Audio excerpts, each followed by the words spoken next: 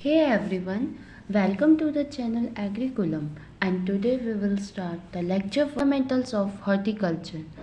And today's topic that are covering in this lectures are the principle of orchard establishment. So let's start with our first slide, that is definition. So we can start by simple definition that what is a orchard basically. An orchard is a plot or land for plantation purposes of fruit trees that are planted for commercial and personal use. That is जो भी आपका orchard होता है इसमें आपके जैसे Apple और orange peach पियर cherry trees ये क्या होता है एक लार्ज एरिया में लगाए जाते हैं फॉर कमर्शियल पर्पजेस लाइक इसमें अगर ज़्यादा ये लाएंगे तो ये हमारा कमर्शली हमारा कमर्शली सप्लाई करने के लिए भी अच्छा रहेगा। ऑर्चिड्स हैं जो वो नट प्रोड्यूसिंग ट्रीज जैसे एलमंड्स वॉलनट्स इन सब चीज़ों की भी प्लांटेशन होती है। ऑर्चर्डिंग है जो वो एक लॉन्ग टर्म इन्वेस्टमेंट है। तो जो मैनेजमेंट है ऑर्चिड का वो टिपिकली इन्वॉल्व करता है हमारा प्लांटिंग प्रूनिंग हार्वेस्टिंग और प्रोटेक्टिंग करना ट्रीज़ को पेस्ट और डिजीज़ से। तो जो भी ऑर्चिड्स हैं वो इंटेंट किए जाते हैं एक सिस्टमैटिक कल्टीवेशन में और जनरली उनको लेड आउट किया जाता है रोज़ में किसी भी एरिया को फैसिलिटेट करने के लिए लाइक उसकी अच्छे से केयर करने के लिए और उसकी हार्वेस्टिंग तक। अगर हम डिक्रीज़ करें सारे error correction of selection of location site in the sense जैसे मान के चलो कि हमने कोई पेड़ ग्रो किया बट पेड़ ग्रो करने पे क्या दिक्कत आती है कि लैंड सॉइल अच्छी नहीं होती है तो वो ग्रो नहीं कर पाता है। जो प्लांटिंग डिस्टेंस अगर हम उसे मेंटेन नहीं कर पाएंगे तो जब वो बड़ा होगा उसका जो अपर एरिया होगा लाइक उसकी जो क्राउनिंग होगी तो उसमें दिक्कत आ सकती है। जब वो एक से एक अटैच होंगे पता चला एक में डिजीज़ आई है तो वो दूसरे में भी आ गई तो ये नहीं होना चाहिए। तो इस वजह से हम ये सब चीज़ों का अगर एरर्स को अगर हम ध्यान में रखें तो हमारा जो आउटपुट है वो काफ़ी इंक्रीज़ होगा। अगर ये सब चीज़ें मिली तो शायद दिक्कत भी हो सकती है आपका आउटपुट लूज़ भी हो सकता है। लाइक जैसे आपकी इरिगेशन फैसिलिटीज़ हो गई आपकी मार्केटिंग हो गई आपकी वेराइटीज़ हो गई आपका नर्सरी प्लांट मटेरियल हो गई ये आपका रिड्यूस कर सकता है आउटपुट लॉस अगर इसमें कोई दिक्कत आए तो। Factors for successful planning of orchard ये मेन पॉइंट्स है जो आपको ध्यान रखने पड़ेंगे जैसे आपका लोकेशन एंड साइट सिलेक्शन आपका ऑलरेडी इस्टेब्लिशमेंट हो रखा है वहाँ पर फ्रूट बेल्ट का कनेक्टिविटी रोड से होनी चाहिए लेबर की अवेलेबिलिटी होनी चाहिए अवेयर रहना चाहिए इंडस्ट्रियल इस्टेब्लिशमेंट से not a wind flood prone area होना चाहिए not in hotspot area of pest and disease का वहाँ पर ज़्यादा कुछ होना नहीं चाहिए। आप सिलेक्शन देखिए अगर साइट का तो सिलेक्शन में जो ऑर्चिड की लाइक अगर हम साइट देखें तो हमारे लिए बहुत वो अच्छी होनी चाहिए इन द सेंस जिस हिसाब से प्लांट की कंडीशन ग्रो करने की है। जो आइडियल लोकेशन है वो healthy tree growth fruit production को मैक्सिमाइज करना और आपकी लॉन्ग टर्म प्रोफिटेबिलिटी को इन्हेंस करता है। Now in next slide key factors to consider while selecting an orchard. सबसे पहले तो क्लाइमेट में क्या होता है अगर क्लाइमेट कंडीशन बेस्ड में अगर हमने प्लांट के ड्यूरिंग में सिलेक्ट नहीं किया है तो उससे क्या होता है काफ़ी दिक्कतें आ जाती हैं। लाइक जो भी आपका मान के चलो अगर रेंजेस जैसे फ्रोज सस्टेबिलिटी होनी चाहिए रेनफॉल पैटर्न्स वाकई पता होने चाहिए। पता चला हमने कोई ऐसा ये पेड़ लगा दिया जिसका टेम्परेचर चाहिए हमें 25 to 30 डिग्री सेल्सियस लेकिन वहाँ टेम्परेचर 40 डिग्री सेल्सियस से नीचे ही नहीं आए तो उस समय क्या होगा आपका दिक्कत हो जाएगी प्लांट को। रेनफॉल पैटर्न्स ह्यूमिडिटी लेवल्स ये सब चीज़ें आपको थोड़ा ध्यान में रखते हुए क्लाइमेट को मेज़र करना पड़ेगा। आपको इंश्योर करना पड़ेगा कि जो भी आपकी ग्रोइंग सीज़न है वो लॉन्ग इनफ हो एक फ्रूट को मैच्योर होने के लिए कोई रिस्क ना हो किसी भी बाहर वाले टेम्परेचर का कि आपके ट्रीज़ और फ्रूट को हार्म करे। तो ये सब चीज़ें आपको ध्यान में रखनी है। आप सॉइल क्वालिटी की बात करें तो सॉइल क्वालिटी में आपका क्या क्या आता है soil type soil pH soil depth है ना। तो अगर सॉइल टाइप की बात करें तो जो सॉइल है वो वेल ड्रेन्ड होनी चाहिए, वाटर लॉक्ड होनी चाहिए, लाइक उसमें प्लांट्स जमा ना हो, ये इन चीज़ों का ध्यान होना चाहिए। लाइक प्लांट्स मतलब वाटर भी ज़्यादा उसमें जमा ना हो, एंड डैमेज कर पाए, रूट सिस्टम डैमेज ना कर पाए, मतलब जो भी आपके रूट सिस्टमिंग वहाँ पर चल रहा है। सैंडी लोम्स और लोमी लोम्स होते हैं जो गुड फर्टिलिटी देते हैं as a ideal temperature. Soil pH की बात करें तो 6 to 7 आपका न्यू पीएच होना चाहिए। कंडक्ट करने चाहिए सॉइल टेस्ट बीच बीच में न्यूट्रिएंट लेवल्स और पीएच के लिए। जो सॉइल डेप्थ होती है वो एटलीस्ट 1 मीटर की नेसेसरी होती है एक रूट सिस्टम को अच्छा सपोर्ट देने के लिए। अब वाटर अवेलेबिलिटी की बात करें तो जो साइट है वो आपका एक वाटर सोर्स है, जो इरिगेशन सिस्टम्स होते हैं, आपके रिवर्स होते हैं, आपके जो वॉल्स हो गई हैं, तो जो फ्रूट ट्रीज़ हैं वो एक कंसिस्टेंट वाटर, स्पेशली जो आपके ड्राई सीजन्स होते हैं, स्टेब्लिशमेंट पीरियड्स होते हैं, तो उन सब चीज़ों में ध्यान रखने पड़ते हैं। ठीक है। टोपोग्राफी की बात करें तो एलिवेशन और स्लोप बहुत इंपॉर्टेंट फैक्टर्स है। जो एलिवेशन है आपका वो हायर, अगर वो हाई हुए तो उसमें रिस्क होता है फ्रोस्ट का लो लाइंग एरियाज़ में, और ये एक्सपोज कर देते हैं आपके ट्रीज़ कैसे, जब विंड चलती है। ठीक है। अब स्लोप की बात करें अगर, तो स्लोप में क्या होता है आपका 5 to 15% होता है जो गुड एयर ड्रेनेज देता है और रिड्यूस करता है आपका frost risk. Step slopes however ये इरिटेट कॉज इरोजन आपका एक कॉज करते हैं, आपको एक कॉम्प्लिकेट ऑर्चर्ड मैनेजमेंट देते हैं। अगर आप अवॉइड करें फ्रॉस्ट पॉकेट्स को तो आपके जो लो एरियाज़ होते हैं जहाँ पर जो कोल्ड एयर है वो सेटल हो जाती है। आपका प्रॉपर डैमेज है जो वो प्रिवेंट करता है आपका वेट वाटर स्टैग्नेशन। ठीक है। लाइक अगर आपका प्रॉपर ड्रेनेज हुआ तो जो वाटर का रुकना होता है जगह जगह पे वो नहीं होगा। Next is the sunlight exposure. जो फ्रूट ट्रीज़ हैं जो वो रिक्वायर करते हैं आपका एक सनलाइट जो 6 to 8 आवर्स डेली होता है ऑप्टिमल ग्रोथ के लिए। और जो फूड प्रोडक्शन है जो आपको एक मैक्सिमम सनलाइट एक्सपोजर वाली साइट तो चूज़ करनी पड़ेगी। और next point is the protection from wind, that is आपका जो वहाँ पर विंड से जैसे जो कहीं पे क्या होती है बहुत तेज़ विंड्स चलती हैं तो वो डैमेज कर देती है आपके स्मॉल श्रब्स ट्रीज़ को, तो इस चीज़ का आपको ध्यान रखना पड़ेगा ताकि जो विंड्स वाइल्ड वेजिटेशंस है जो वो इंक्रीज़ हो जाती है उस टाइम पे ग्रो करना, तो ये सब चीज़ें आपको इसमें ध्यान रखनी पड़ेंगी।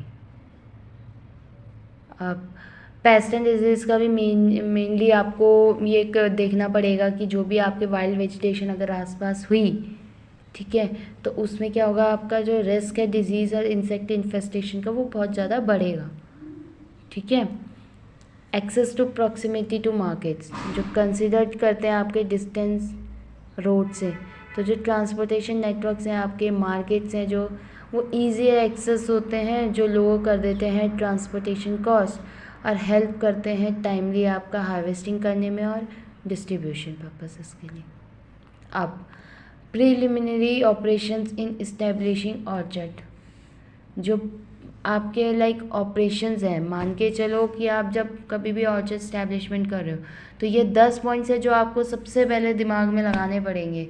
साइट सिलेक्शन, सॉइल टेस्टिंग और preparation, clearing and levelling of the land, layout planning, fencing and wind breaks, selection of fruit varieties, आपका pre planning irrigation, planting hole preparation, आपका ट्री प्लांटिंग और आपका मल्चिंग एंड वीड कंट्रोल।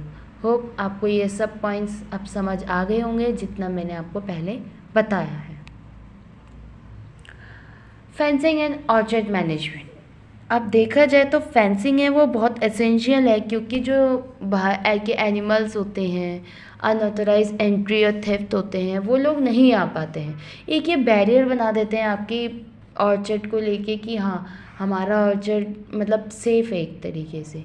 और mainly purpose क्या होता है कि आपको प्रोटेक्शन हो पाए एनिमल से, प्रिवेंट हो पाओ आप थेफ्ट और वेंडलिज्म से, कंट्रोल कर पाओ आप ऑर्चर्ड बाउंड्रीज़ को। ठीक है। अब टाइप्स ऑफ फेंसिंग जो हम देखेंगे वो है हमारी 4 तरीके की मेनली। वायर फेंसिंग, ठीक है, वायर फेंसिंग में आपका वायर से काम होता है। इलेक्ट्रिक फेंसिंग में आपका करंट वाला वायर वो होता है, एक शीट होती है प्रॉपर। मेश फेंसिंग में आपका पूरे टेढ़ मेढ़े करके आपके जितने भी वो हैं आपका एक बैरियर फिक्स कर दिया जाता है बस।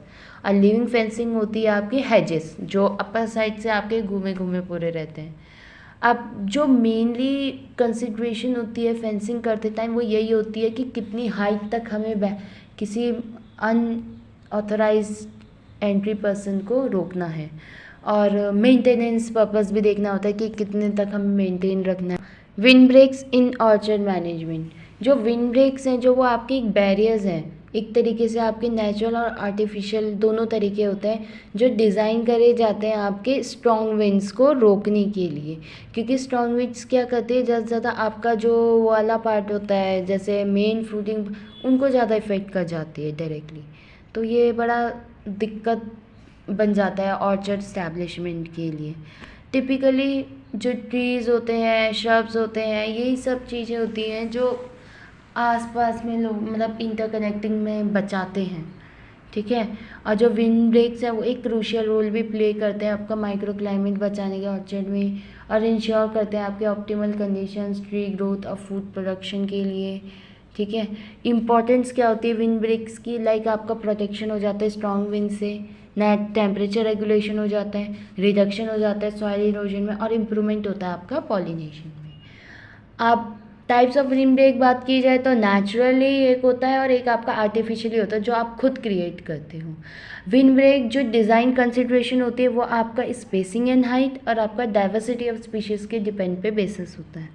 एडिशनल बेनिफिट्स क्या होता है विंड ब्रेक्स के, आपकी जो वाइल्ड लाइफ हैबिटेट है वो वहाँ रहती है, एस्थेटिक एंड इन्वायरमेंट वैल्यू आपकी वहाँ पर होती है, ठीक है। Now the next slide is all about the layout in orchard management. तो लेआउट्स की अगर हम बात करें तो जो मेनली लेआउट्स अगर हम यहाँ पर पढ़ते हैं वो आता है सबसे पहले आपका square system, row to row planting होती है, प्लांट टू प्लांट डिस्टेंस देखा जाता है, वो आपका पूरा सिमिलर होगा। लाइक स्क्वायर का अगर आप एक देखें तो 3x3 के बेसिस पे चलता है, तो 3 आपका एक साइड होगा और 3 आपका दूसरी साइड होगा। प्लांट्स है जो प्लांट किए जाते हैं राइट एंगल पे हर एक कॉर्नर पे, इंटर कल्टिवेशन होती है जो वो करी जाती है।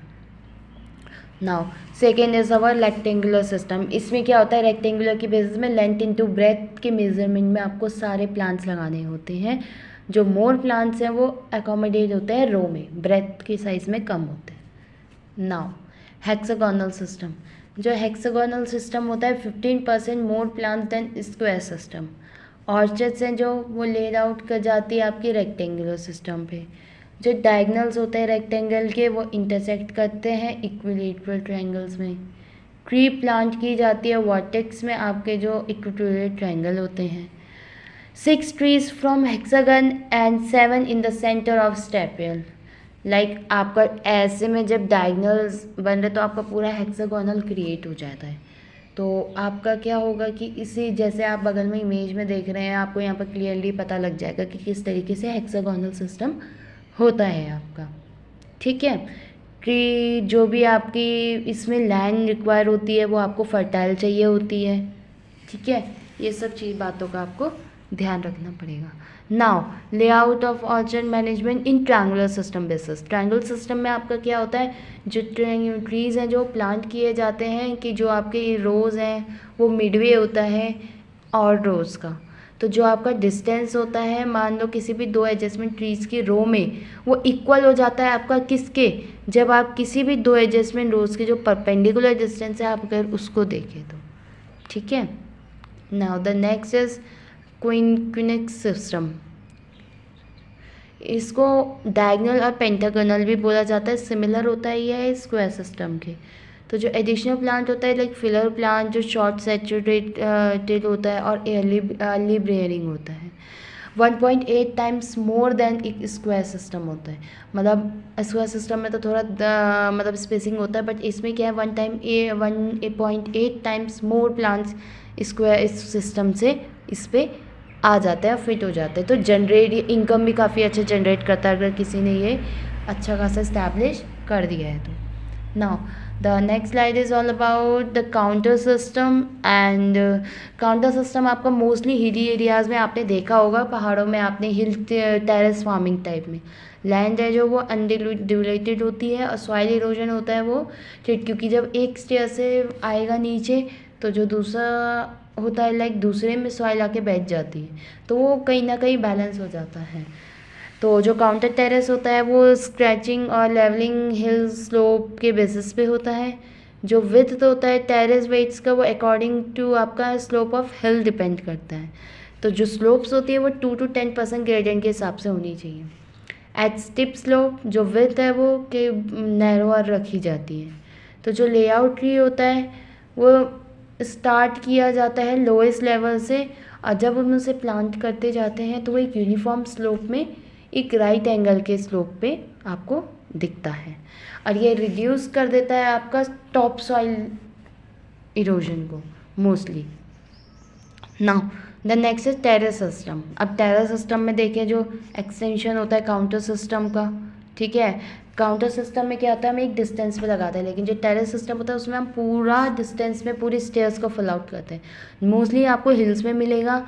रिडक्शन होता है चांसेस का कोई भी टेरेस के विद इरोजन को मतलब हैंडल करने के लिए, लाइक इतना ज़्यादा इरोड नहीं हो पाता है और जो स्लोप होती है मोस्टली 20 to 33% आपका रहता है। Now the high density plantation, अब ये तो आपको पता ही होगा, मोस्टली आपका वैसे फॉरेन कंट्रीज़ में देखा जाता है, बट मोर पर यूनिट एरिया जो आपका एरिया होता है एकोमोडेट होता है number of plants per unit area than जो आपका नॉर्मल प्लांटिंग सिस्टम है। इंक्रीज़ करता है productivity per unit area. Efficient land utilisation होता है और दूसरे रिसोर्सेज से। बेटर कैनोपी मैनेजमेंट होता है, लाइक ऊपर से जो कैनोपी पार्ट होता है आपका ऊपर का तो वो प्रॉपरली होता है जब आप प्रॉपर डिस्टेंस रखते हो। फार्म मैकेनाइजेशन, कन्वीनियंस स्प्रे होता रहता है पेस्टिसाइड का, तो उससे क्या होता है पेस्ट इन्वॉल्वेशन भी नहीं होता है। आपका जो ओरिजिन होता है मोस्टली आपका यूरोप से आया था और ये मोस्टली आपका जो अचीव किया गया है वो ड्यूरिंग ड्राफ्ट रूट स्टॉक आपका इंटर स्टॉक इस टाइप की होनी चाहिए। ड्राफ्ट के ऑन वेराइटी होनी चाहिए। स्प्रे होना चाहिए ग्रोथ रेगुलेटर्स का। ग्रोथ रेगुलेटर्स मीन्स ऑक्सिन, गिबलिम जो आपके रहते हैं और रेगुलेट करना चाहिए आपको प्लांट की शेप का। So that's all for today's lecture. Like, subscribe, comment for any doubt and stay connected.